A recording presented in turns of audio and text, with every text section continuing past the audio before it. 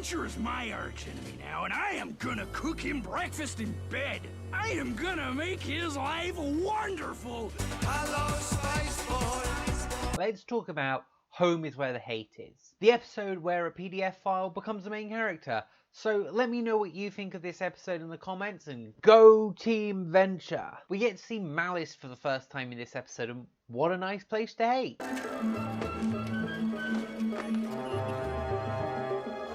I have to assume that the jam exists in this universe, and that the villains have chosen to name the town after the song, because they're all massive music nerds.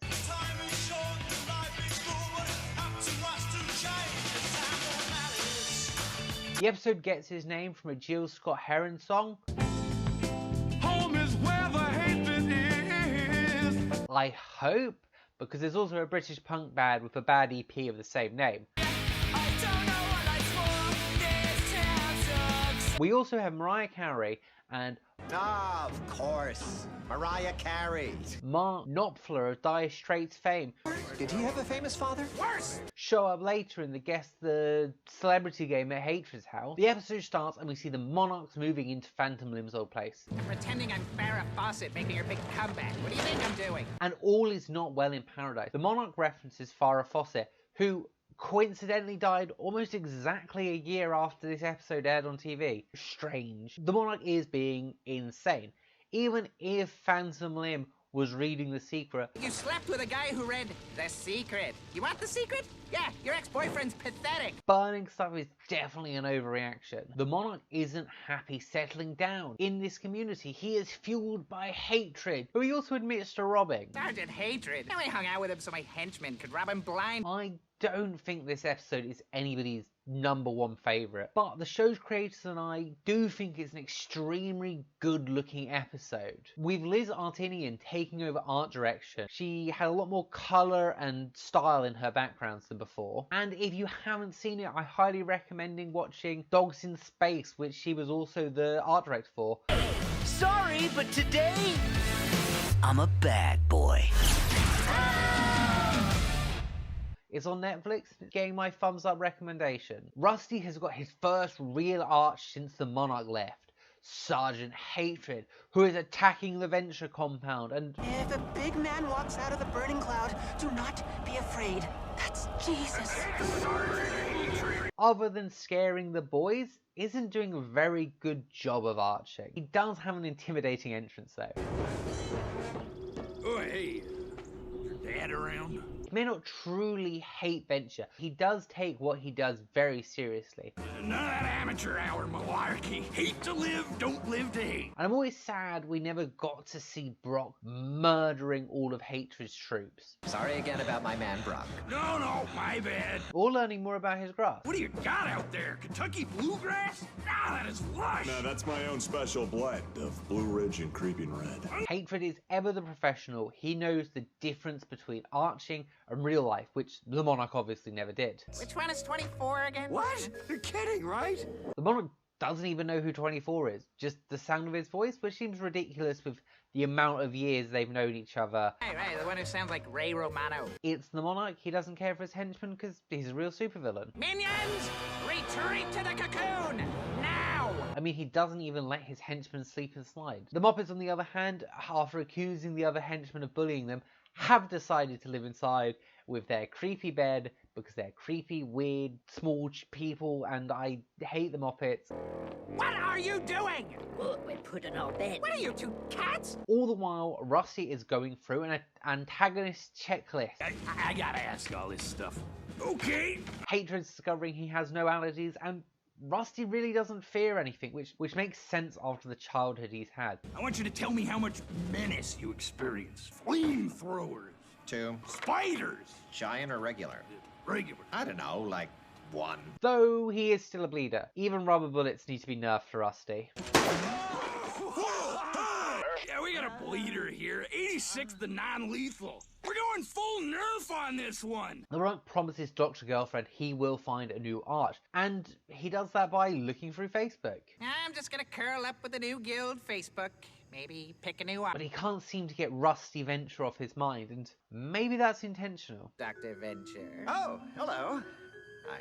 Didn't expect to see you here. The boys, Brock, Doc, and the Monarchs all show up at Sergeant Hatred. Those two lookers aren't 18, are they? No, we're 16. Going on 17. You are 16, going on 17. Though the boys quickly have to leave as they can't be within 50 feet of Sergeant Hatred. I'm not allowed to be within 50 feet of a beautiful miner. Because no miner can be within 50 feet of Sergeant Hatred. And this is a reoccurring character we're going to have in this show who's just a paedophile.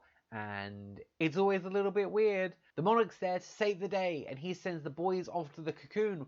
I got a floating rumpus room right next door full of guys with nothing to do. Where 21 is having some big boy problems he needs the boys to help with. I have big boy problems. Over at the party, the celebrity guessing game is not off to a great start. You're married to a powerful man. Let's see. Mrs. Hulk Hogan. And I'm not sure the Monarch even knows the rules of the game. Wash up! You should just admit that you will never amount to anything and drink poison! I also love the background characters in this episode. We finally get some sort of new additions to them after Tag Sale It's It. Though we don't have Plugface Man.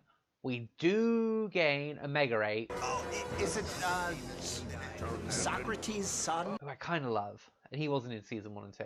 Back at the cocoon, 24 is in sickbay, and he gets a visit from his best friend in the world, Dean Venture. This room is officially quarantined, because smiles are contagious. All the while, Hatred takes the Monarch to his secret man cave and shows off all of his technological wonders. It's like a comm link, but if you hit this... Yeah, you hit that button and it converts to a grapple gun. We have those too. Strangely enough, the Monarch has versions of most of his stuff.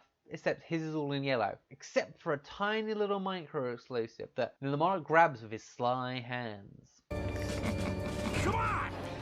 Oh, I'm right behind ya. Our evil murder twins, the Moppets, are planning to kill everyone, fire a gas leak. Leave the gas on. They go in their sleep all quiet like. I wanted to hear him scream.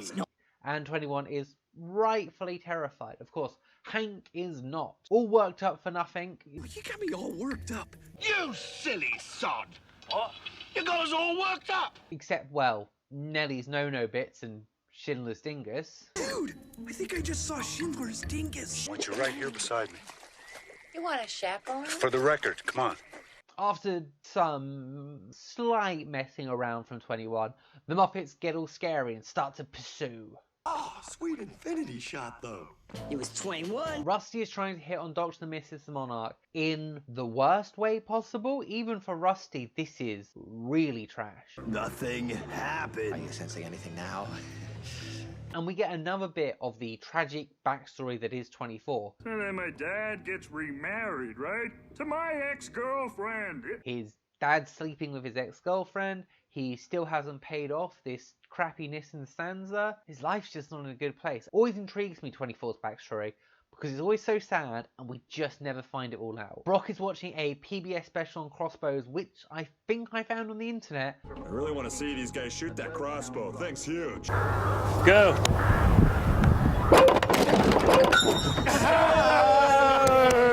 And it's kind of depressing. Also, I don't think we ever see Hatred's giant Catman thing, which sucks because I kind of want to see a giant Catman monster thing. The cat'll get out. Is that what that thing was? Thought it was some guy in a cat costume. The Muppets, on the other hand, have found an alien-style tracker because the Monarch needs to have a tracker for all of his troops. Hello.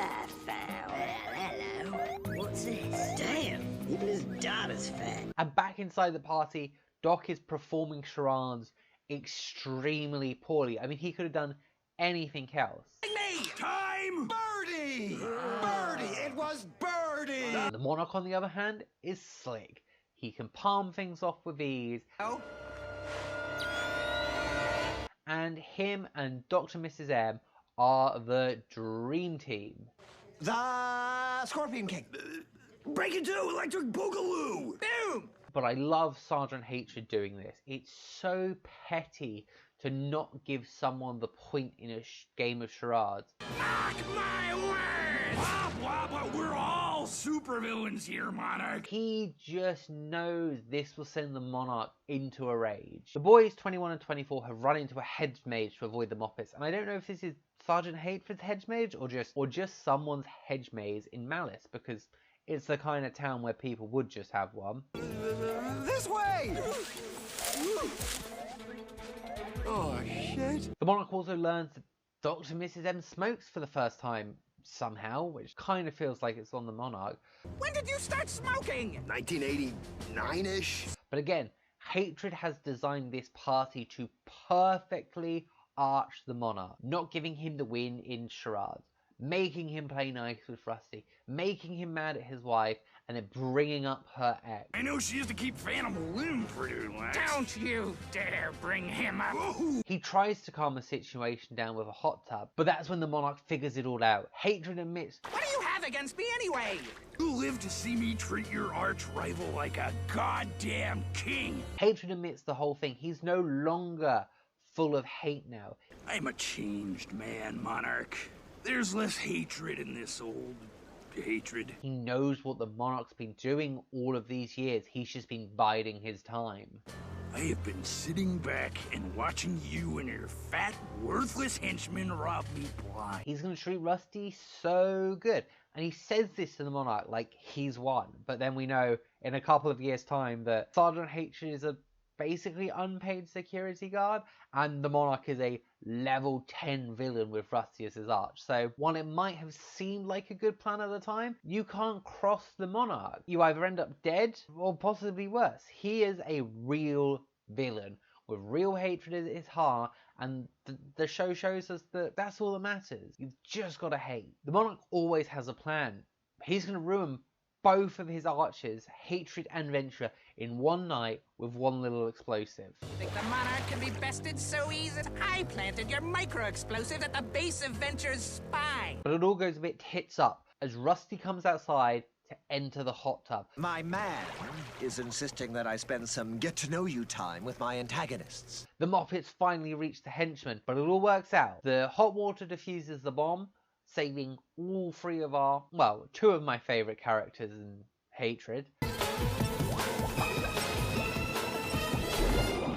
Oops. The Moppets are bloodthirsty, but they're not smart enough to realise the old sticking up your costume and pretending you're still in it trick. And everyone gets away happy. Well, except the fact that 21 and 24 have lost their clothes. Help! The Shrimps have knives! And in our after credits scene, the henchmen confide in the boys. Maker. I say follow your dreams, even if they're about a giant spider with your father's head and 21 questions Hank's decision making, and Hatred gets weird. And that's what Hatred's going to do every time we see Hatred until the end of the series now. Good night, boys. Hey, sure you don't want to have a little sleepover? It's not my favourite episode of the show, and I don't think it's many people's, but it's still a really solid episode. But I can't wait for next week's Buddy System. So I'll catch you then, and go Team Venture. It's time to say